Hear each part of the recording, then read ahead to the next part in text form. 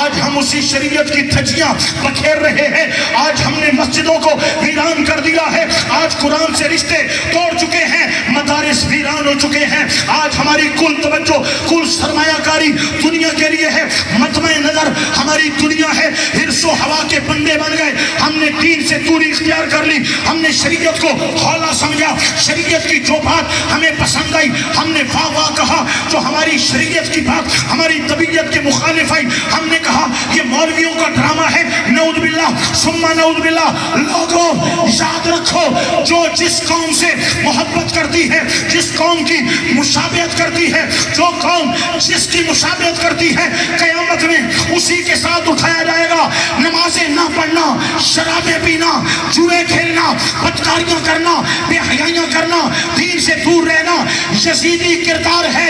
قیامت میں اٹھنا بھی یزید کے ساتھ پڑے گا۔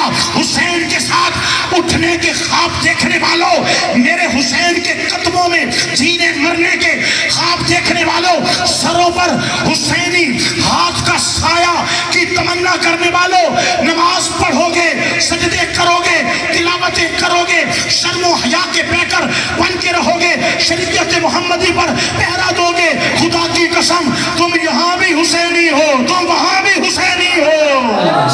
بے شک بے شک کس زبان سے ہو بیان مدح خانے اہل بیت، مدح گوئے مصطفیٰ ہے، مدح خانے اہل بیت، جان دینا گھر لٹانا کوئی ان سے سیکھ جائے، جان دینا گھر لٹانا کوئی ان سے سیکھ جائے، جان عالم ہو فدا اے خاندان اہل بیت، جان عالم ہو فدا اے خاندان اہل بیت۔ کس شقی کی ہے حکومت، ہائے کیا اندھیر ہے، کس شقی کی ہے حکومت، ہائے کیا اندھیر ہے، دن دہاڑے لٹ رہا ہے کاروان اہل بیت، دن دہاڑے لٹ رہا ہے کاروان اہل بیت۔ خاک ہو جا، خاک ہو کر خاک میں مل جا فرات، خاک ہو جا، خاک ہو کر خاک میں مل جا فرات۔ دیکھ تو سوکھی زبانیں کس نے گانے اہل بیت، دیکھ تو سوکھی زبانیں کس نے گانے اہل بیت۔ بے ادب گستاخ فرقوں کو بتا دے اے حسن، بے ادب